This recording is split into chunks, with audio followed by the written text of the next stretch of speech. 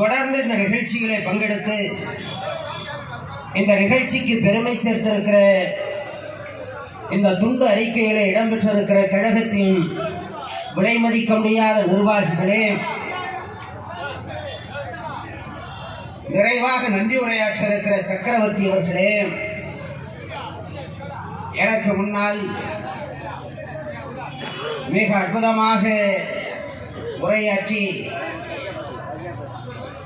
சென்னை, அதுவும் சொல்லப்போனால் காவிய தலைவர் கலைஞரின் பெயர் கொண்டிருக்கிற இந்த பகுதியில் புதுக்கோட்டையிலே இருந்து வந்து முதல் முயற்சியிலேயே முத்திரை பதித்திருக்கிற நார்வீர் தம்பி,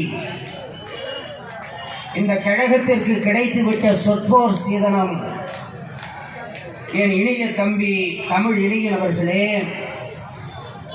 வருகை தந்திருக்கிற பெரியோர்களே, வணக்கத்திற்குரிய தாய்மார்களே, கற்றறிந்த சான்றோர்களே, கல்லூரியிலே படிக்கிற மாணவர்களே, உங்கள் அனைவருக்கும் மணக்கும் தமிழில் வணக்கம். நான் அதிக நேரம் பேசப்போவதில்லை. காரணம், நம்முடைய மாவட்ட திராவிட முன்னேற்ற கழகத்தின் செயலாளர் தமிழ்நாட்டிற்கு கிடைத்திருக்கிற செல்வ சீதனம் மாண்புமிகு அமைச்சர்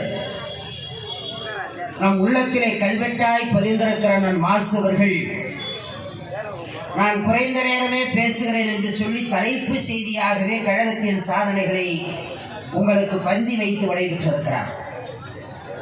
நான் அதிக நேரம் பேசப்போவதில்லை என்று சொல்லுவதற்கு காரணம், ஒரு வரலாற்று தலைவனுக்கு பிறந்த நாள். என் அருமைக்குரிய தோழர்களே, நான் இயல்பாகவே எப்பொழுதும் எந்த மேடையாக இருந்தாலும் என்னிடத்தில் ஒரு குணாதிசயம் உண்டு.